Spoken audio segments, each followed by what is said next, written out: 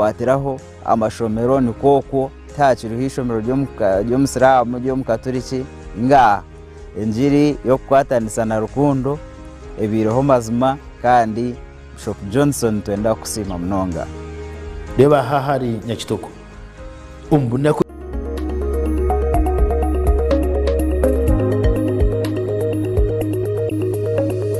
Sky TV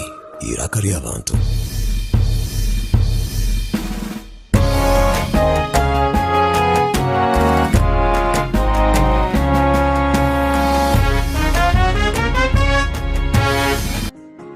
Mukama Sima Munonga ni Sima Ruhanga,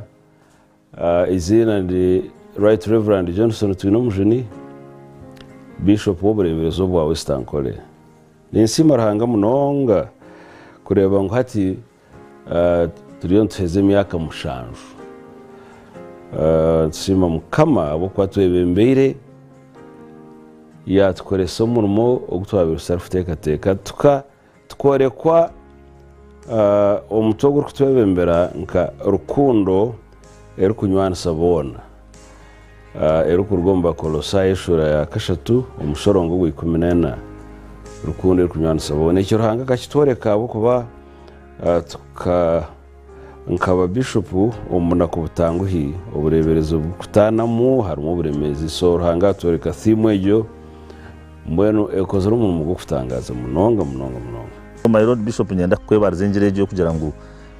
uyizera umwestan kore kuwaresere kintu cha love that unites twakireka mbugambo konka wakitano mu action kandi ntureba nkikora kandi kigenda nkihindura embera n'entekateka y'abantu aho kucemeye kutura kumwe tutakugerera ngo tucemeye kuturana ahabo kuba turi abamadini gamwe narisi abenganda zumwe but tucemeye kuturana nk'abantu then promoting narisi twarumisho ebyo tukwatanasa kandi ibi tubaganisa tugende tubicendeza turebera abantu nubagarukana nubarugo mu byenyuma nubarugo mu bwangane nubarugo mu kurwanagana nubarga omukurwanire mbazu nubakorera hamwe Western Kole erije ehurire kandi negendo misho aha bwa simu yo mureberezo witu ya love that unites kandi kindi no kuburira ingiri enjiri yo kujunwa enjiri y'obumwe enjiri yo kukundana hamwe na no kukora enjiri kozere ahansi n'ayiguru ati twantukora omureberezi twakine kugira ngo ogu n'omukristayo ogu n'omukatoliki ogu n'omusiramu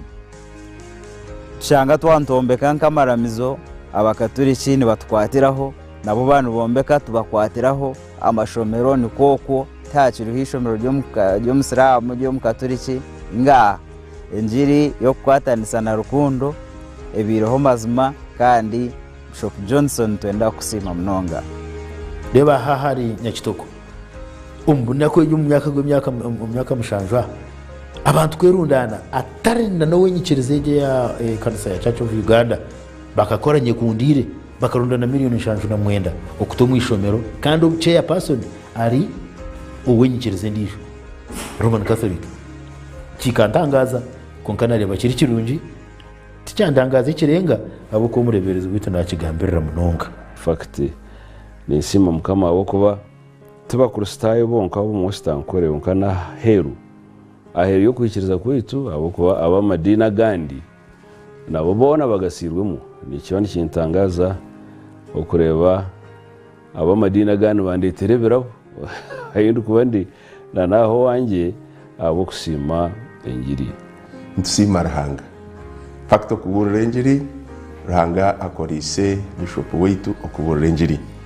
ahajire wenko muntu aha social media obutambi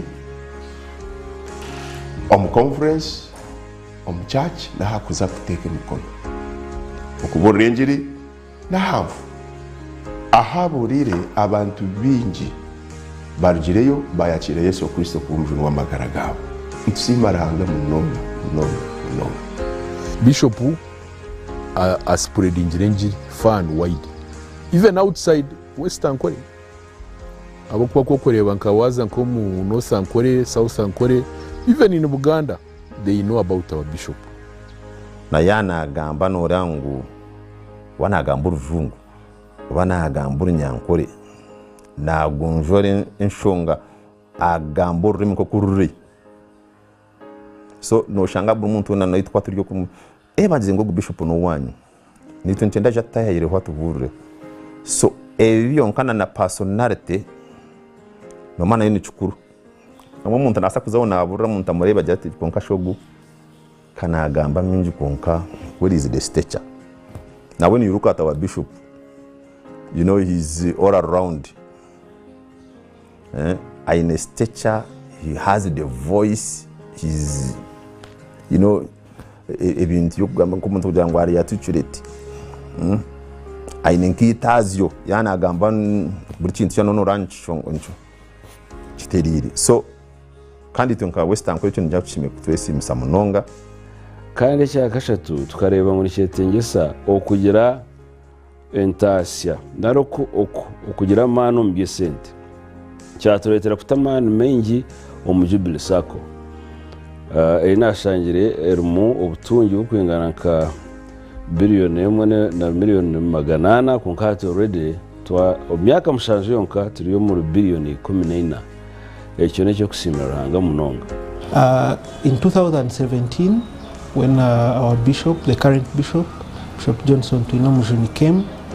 he found our clientele at 3,000 members, 3,600 to be exact, and as we speak of today, by today we have 5,006 members. The same time, when the bishop came in, he found our share capital at 1 billion, and as we speak, we are now, our share capital is now at 3.5 billion shillings. Our savings by then were at 2 billion shillings, and as we speak, we now have 8.5 billion shillings in form of our savings. And our loan portfolio was at 3 billion shillings, but as we speak, it is now at 11.2 billion shillings. In 2017, when Bishop Johnson came, he found our circle with only 2 branches. That was one in Kabohe and one at Katungu, which is now the main branch here. But as we speak, we now have 6 branches. That includes Busheng, the main branch, Kabohe, we have Kashenshero, we have Ndeche, we have Behanga and Chitagata. So those are our 6 branches. We also have what we call outreaches, and we have 2 outreaches. That is, we have one in Shuku, which is Shema, and we also have one in Katerera. He found Jubilee Sacco with staffing of only 17 employees. But as we speak, we are now 51 employees in all branches, as I have listed them below. And kusima Bishop Johnson Twino Mujuni abo kutungura Jubilee Sacco kandi etuyambere munonga nkobureberezi yatuyamba nk'abantu yayamba bakustayo n'abandi bantu baruhanga bona ntusima munonga tutine bugaracuro kandi ahera hati nehereza abantu sente nehereza abantu chance yo kweguza sente no kwembeka no kushemeza abana mbwene bye sente nebyentasya Jubilee Sacco ntijumusimira. The Sacco is doing very well, and again it's being run on good financial principles. So Nkusima, your overall superintendentship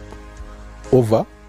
that and other matters. So nyenda kusima timu na board eriyo muri yecho nayo kuje kandi nyongere kwiga abantu bitu mwe yongere kuzo mu Jubilee Sacco turebe okutwagitwara omisho kandi omye sente hatu ombureberezi tukataho kuruga Bishop Johnson ayija akatutebekana somye sente twadamu audit function, audit system hateje negendo mission ingashi ababazi b'ibitabo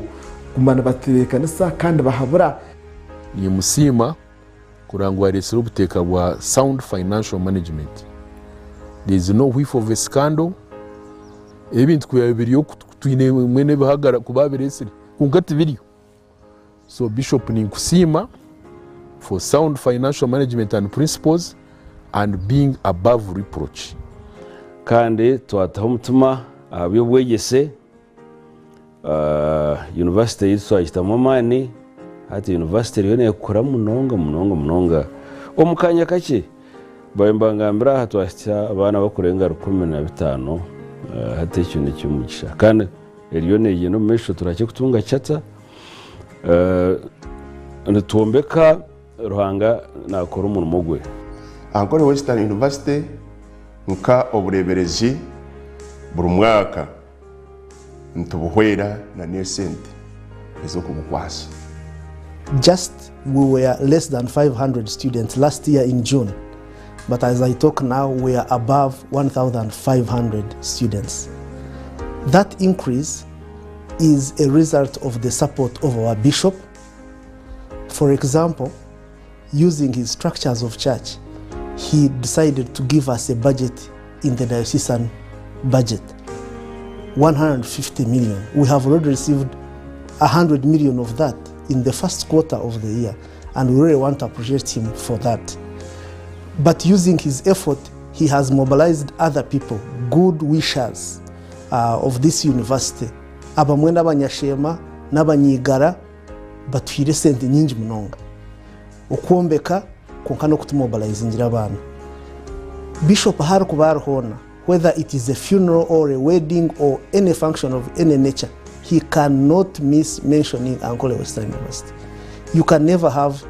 a big support from an individual, let alone a bishop like that one. As a university management, but also on behalf of council, I really want to appreciate him. So tuenda kusima the management ya au tuenda kusima my road bishop n'omukyara tuenda kubasima bahure ahabwo kubasa kureba ngu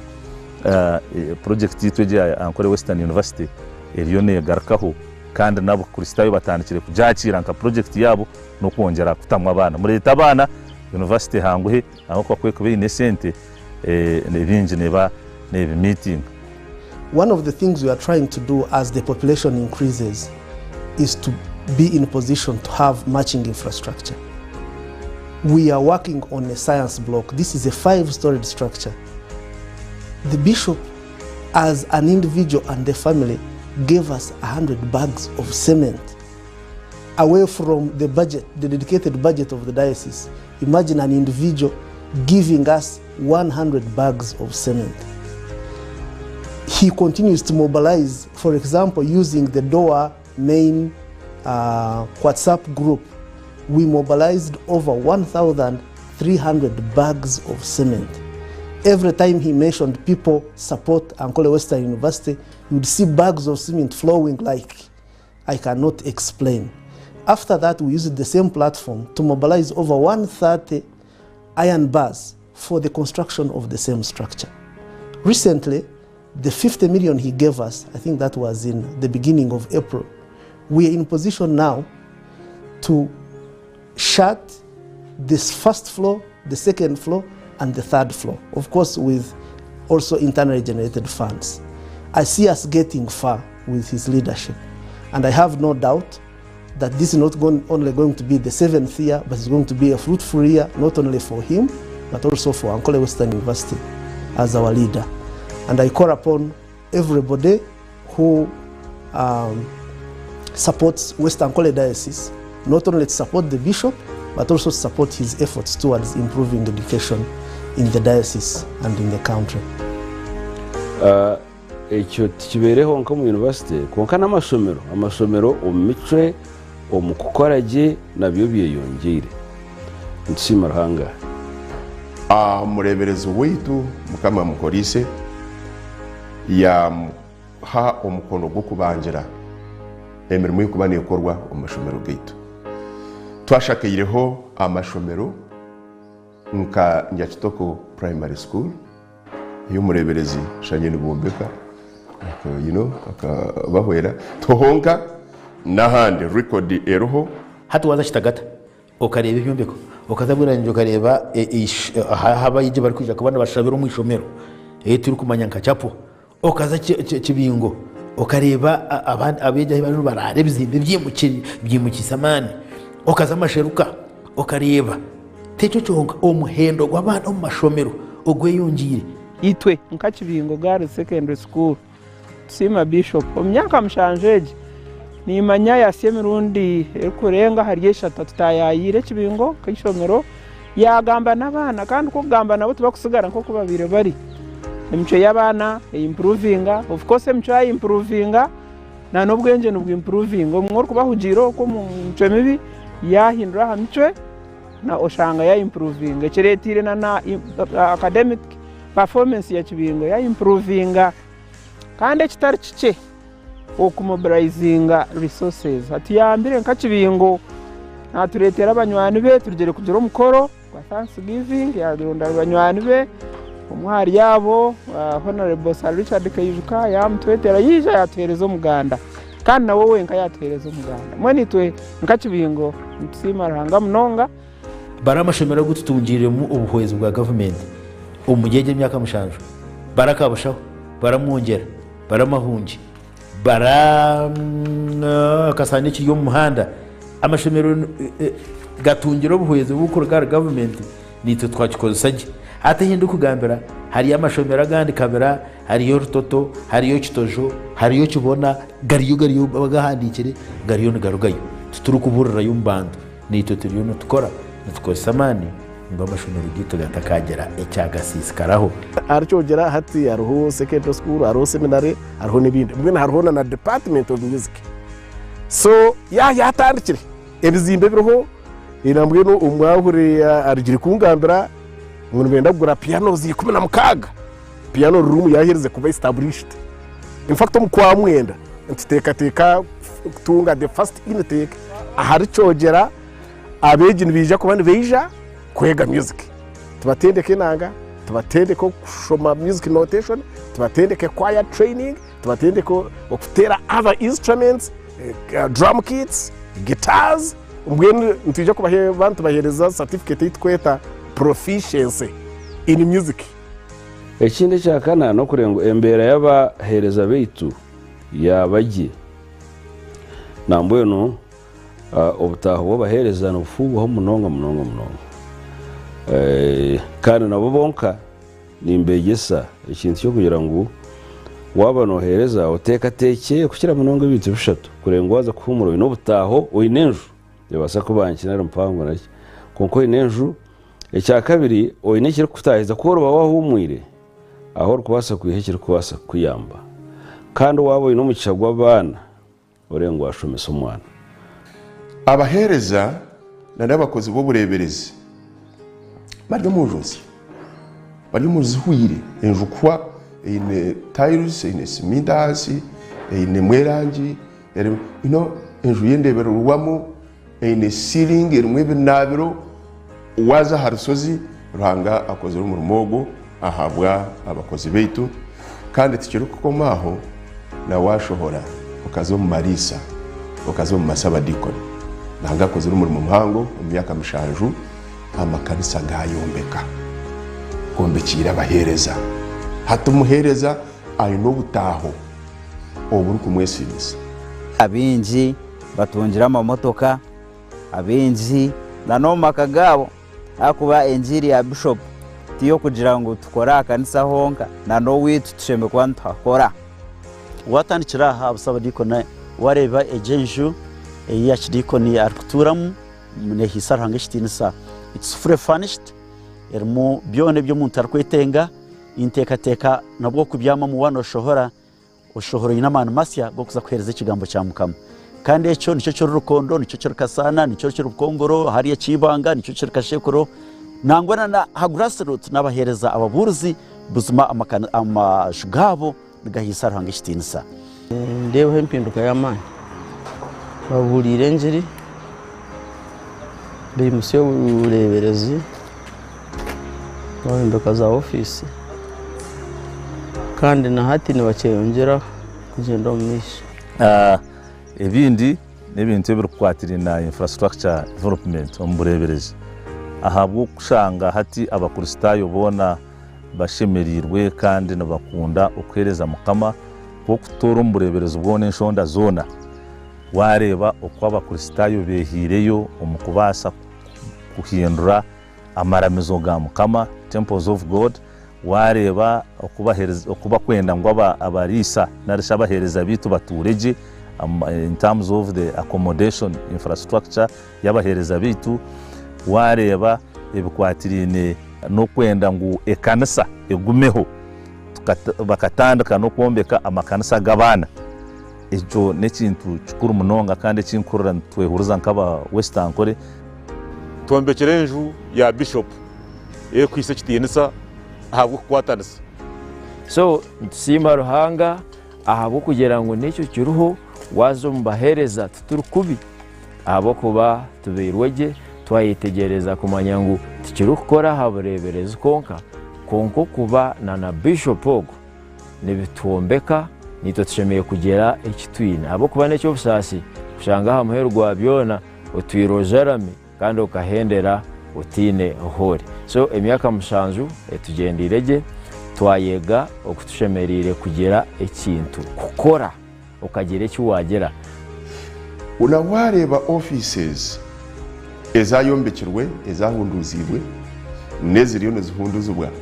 noreba ngo ruyare omurimo murungi buriyo no gukorwa akuba buri kizimbe ekiriho nikisya embuga etirwo butafari kureba embuga etirwo butafari hati nikimanyisha ngo omwanya gugire aha level ndijo yahigura munonga kandi ekyo nitushimira Ruhanga urushozi rwona ryo nduhinduka tusimo kitinsa president aho kwa katera henguto okurga katungu kabwera nyanyi haza yahindura umwanya byabaye so n'ikirungi munonga kandi okubura ngiri nako kwikire hare nisima Ruhanga kumpereza umucyaho kubura ngiri kurenga aha diocese kuzo myanya itariyemo mu state house Ruhanga mpera umugisha gwo kuburayo ukwebe mbere biterane bya province yona nk'iki cyarigiriho cyana mugongo cyitu kishweka cyone cyankore na handi okushyira muno kura bo mutambi abo kuba nintunga feedback kurabo abantu umunsi yona bakumanya ekiri kugenda mu mesho bakasimengiri no munako bwa covid tukatunga mu cyaho kubura ingiri munonga tuteremereye kandi abahereza bitu nangwa nabahumwire bambe ntubahereze bihembo byabo hati itutu okushashura umuhereza tugenda nk'uko amezi gari kandi n'abahumwire tubahereza ibihembo byabo Bishop Witu Johnson nahagira munonga cya pension okurango abahereza batuka simo bagumana babanjurwa okutebekanasibwa no bahumwire mu kanisa ya active service konka bine kikubabasa kubabanjira echo Bishop Witu akitire mu amani kandi cyo ncukorwa ahindu kugambira igenda jumisho munonga kandi n'abantu bita bahumwira abahereza bari bashemerirwe ahabwo kubiri ubwirobo rero ndukuheruka mwende kuhendera niberuka nece mishara y'abahereza abari umusavi field oko umuhereza na n'abarya office y'umureberezi bona kurabira mu department ya ibye sente umureberezi Witu atwire nakitaho umutumo namwe nahindu kugambira tubari kubanza ntusima Ruhanga wo mu Mothers Union gukora kimwe aha achievements za Mothers Union as twine nebizimbe ebya Katungu Mothers Union Center ekabe maziro bwire bwinji ebizimbe byo redundant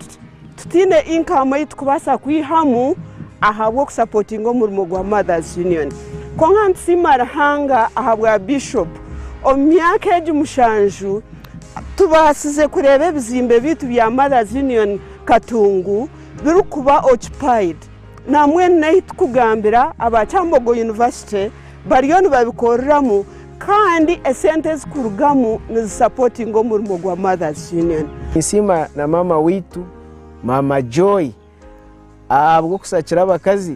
abakazi babahereza ababahure bona bakatunga embuzi namwenu nibatwobuzuruzi abamwe bashikize mushanju abandi zakiriye 10 abandi abwo ababandaze kuzitunga zikazara zakanya hati amakagabo garije. We are very thankful to the Lord for our bishop and mama, for their friends that have supported our spouses to do to be motivated to support us into this ministry. Ogweminyeto ahubwo eminyeto aha twine ekiterane ekitari mu provinsi yona ombwingi nito twebembere kandi ekyo nkindetera okusiima Bishop yona onagira omubigere abo kuba kakora omurimo muhango kandi tujya twagumizamu ekiterane ekyo nkyeyongera kuhanguha n'okukanya ntulebe eminyeto ebire engaged munonga omu kyaki twarebe eminyeto nejunwa kandi na munonga ntumusiima ahabwa ebiterane ebiturebire byagaruka nk'amaani munonga. He gives platform to the youth to work for their church. Aha ntuba twine eminyeto erukwika kashanju kanana buri mwaka nibarya nibanywa batunga ekigambo kya Ruhanga ababuruzi b'enjiri barwa omu myanya etari emwe n'emwe bakuma entanda nungi munonga kandi nikiba nikiperepeyaringa abaana baba nibazagaruka omu mashomero ayi barikushomera kuba kuhikayo basangayo chaplains. Surely we thank the Lord for our beloved Bishop. Nsima Mukama abo kureba ngu Kampala nambarara tukagerayo fellowships nari abantu baitu abariyo kumanyana kandi babangira ubureberezo munonga nubahagera kandi babangira projects turukora ntubasimira Ruhanga nako harimo dream team erikweto dream team abakurote ebintu bakatwata hamwe na nominees banje nari abantu bari compare zo bwenge nabo bakoze umunimo so ebi byona ebireho n'abantu bengi abatwatse so nsima Mukama tindwe bwa kidikonizi bakoze umunimo wo kutangaza n'abahure nabo kutangaza abakuru b'abakristaayo abakebezi bakuru b'ebyanga nk'uko kumanya ekanisa okweyema bakoze umunimo mungi munonga tukatunga head of late nari umukuru w'abakristaayo bureberezi ari gukora umunimo munongi hamwe na chancellor na rogo y'ibiragiro nabono bampwera kandi ekikuru munonga no kusima umukazi wanjye Mama Joy akoze umunimo wo kutangaza omuka hamwe na n'umuhereza bwanjye akwate nakwatse kubura ingiri kandi tusima Ruhanga abumurimo so emyaka mushanju ebere mirungi konka tibirungi byonka tugizire mu buremezo bwa covid abantu entase yabo yarabanamu cyaturetera okushumamu konka nabwo tuturemerere gukora akishara mu covid n'umutu wagurire ikizime cya Jubilee Sacco tushino buremezi ubu ukitu tukagura ikizime nebiberewe kugura umwanya hariya seri na nebikozurwe Ruhanga gumize munakora so konka covid kasutegana samo cya kabiri kiri kutuganzemo naka kantu akaruma kabashweke cyashema kwenda ubureberezo bwabo province kakingaho yajya ngutaro kutamareberezi konka yatujya tugumize mu tukora betu shema harimo abantu abarukugumana bene twenda uburebereza aho naho tuguma tubajya mu mwetware abo ko kuriya ko hatigwire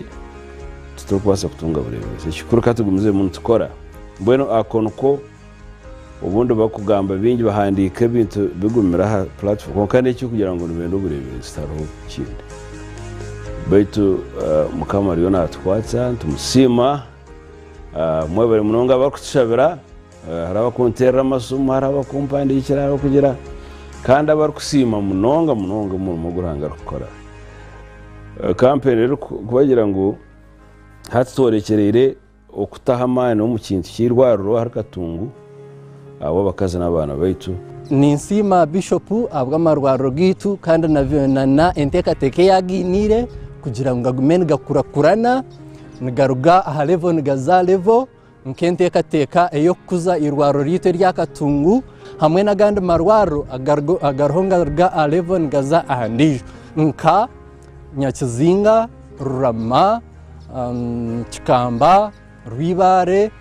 Chunda Nyamabare hamwe n'agandi ni inkurusya Bishop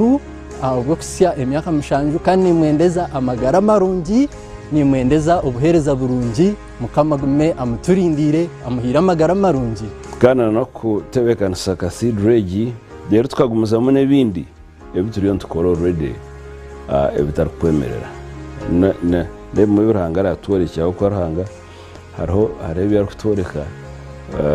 nabyo tukabikora kugira uko ubona kugenda no kuhinduka mwebare munonga mukamasi